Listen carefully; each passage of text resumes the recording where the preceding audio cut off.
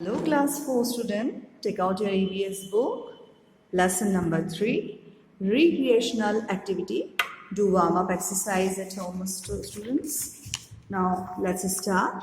Recreational activities. Recreation is an activity of leisure doing some activity to relax and have fun during a free time is called recreation.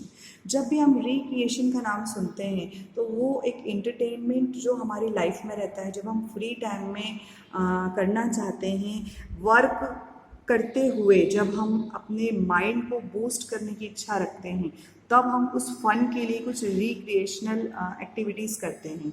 Okay student, तो इस lesson में हम उन्हीं activities के बारे में पढ़ने वाले हैं. लाइक जैसे अम्यूज़मेंट पार्क है ना, या फिर कोई थीम पार्क है, तो वो सभी जो एक्टिविटीज़ वहाँ हम करते हैं वो रिक्रिएशनल एक्टिविटीज़ में आती हैं. Okay, then fairs. जैसा कि हम सभी को पता है, फेयर मीन्स होता है मेला. Okay, India is famous for its kind of festivals and fair. आप सभी को पता है फेयर जो होते हैं मेले के लिए इंडिया जो है बहुत फेमस है ना. अलग अलग जो फेस्टिवल्स हैं, अलग अलग जो फेयर्स हैं, है ना, हर मंथ जो है, हर महीने यहाँ पर इंडिया में मनाए जाते हैं. और जो सभी धर्म के अलग अलग हैं, जो लोग हैं वो अलग अलग मेलों का आनंद लेते हैं. इंडिया में जैसे पुष्कर मेला, बानेश्वर मेला, गंगा सागर मेला, है ना, तरनतार मेला, चैत्र चौदाश मेला, है ना, Nagaur fair and many monsoon festival और fears.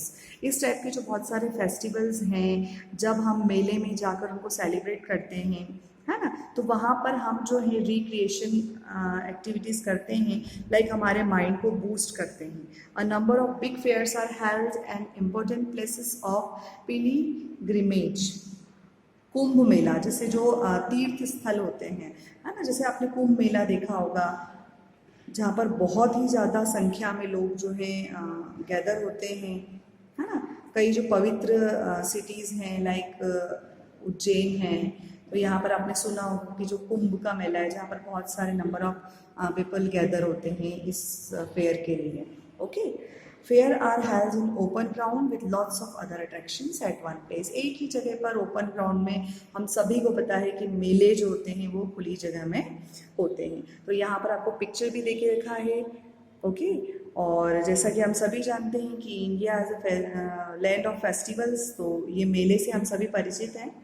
Number 2, zoological parks. The zoological parks are basically zoos with captive wildlife. मतलब जो बंदी बनाते हैं, उनको एक एरिया में रखा जाता है उन जानवरों को, है ना. Zoo is a place where different types of wild animal are kept.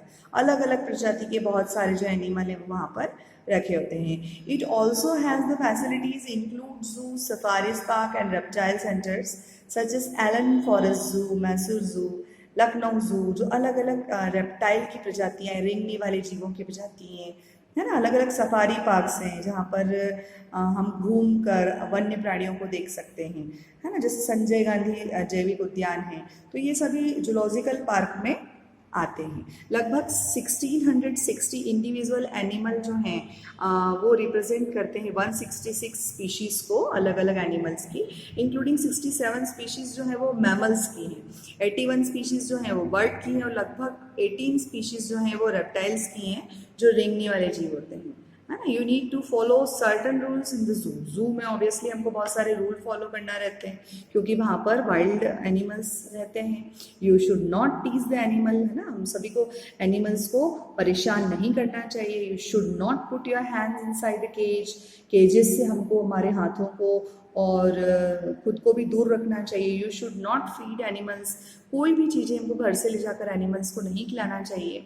You should not litre in the जू कंपाउंड. ये बहुत मस्ट है बेटा. हम सभी को पता है कि जो throw garbage always in dustbin.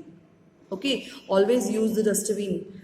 Amusement park और थीम पार्क्स की जब बात करते हैं, अगर हम रिक्रिएशनल एक्टिविटीज़ की बात करते हैं जो हमारे माइंड को बूस्ट करती हैं, a balance between work and play is important. Recreational refreshes our mind, body and soul. तो ठीक है बेटा, उसी में अम्यूजमेंट पार्क और थीम पार्क आते हैं. And amusement park is a park that features various attractions such as rides and games as well as other event for entertainment person. Obviously entertainment person purpose के लिए जो है rides होती हैं, games होते हैं, अलग अलग इवेंट्स वहाँ पर होते हैं अम्यूज़मेंट पार्क में. और अगर थीम पार्क की बात करें तो वो एक अम्यूज़मेंट पार्क का ही टाइप होता है.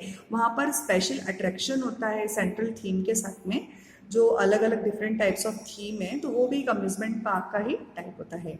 The amusement park are stationary and built for long lasting operation. They are more elaborately. कुछ जो थीम पार्क होते हैं ये बहुत ज़्यादा विस्तृत क्षेत्र में बने होते हैं जहाँ पर बड़े बड़े प्लेग्राउंड्स होते हैं, है ना, और अलग अलग अट्रैक्शंस अवेलेबल होते हैं और अलग अलग एज ग्रुप के हिसाब से वहाँ पर जो है सभी के लिए एक्टिविटीज़ होती हैं.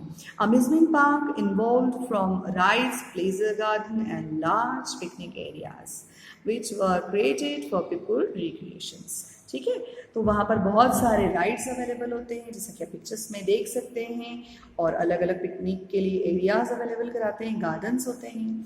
Some of the amusement park in India, जैसे हम इंडिया में सोचते हैं कि कहाँ कहाँ हैं, तो वंडरला अम्यूजमेंट पार्क बेंगलोर में है, रामोजी फिल्म सिटी हैदराबाद में अवेलेबल है ना. वंडरला अम्यूजमेंट पार्क कोची में भी है, हेडलेब्स इन मेजिका इन मुंबई, आप सभी को पता होगा.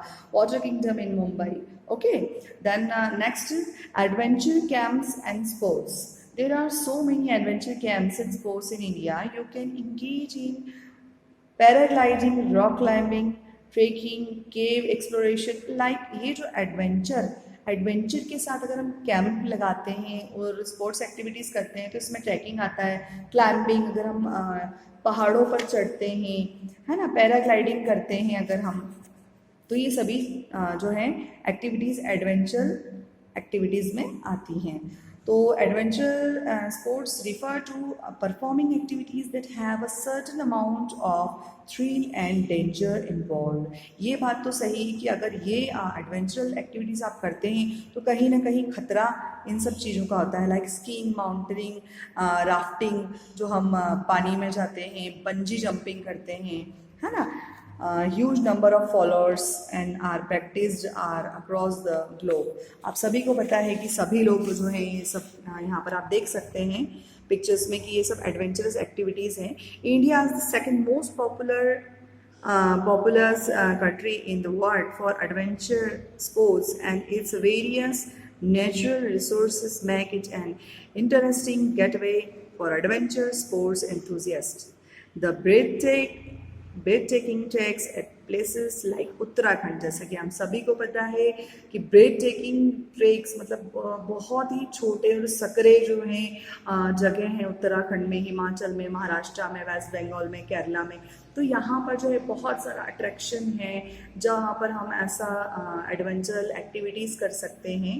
तो आई होप आप सभी की इच्छा हो रही होगी इस टाइम पर, है ना.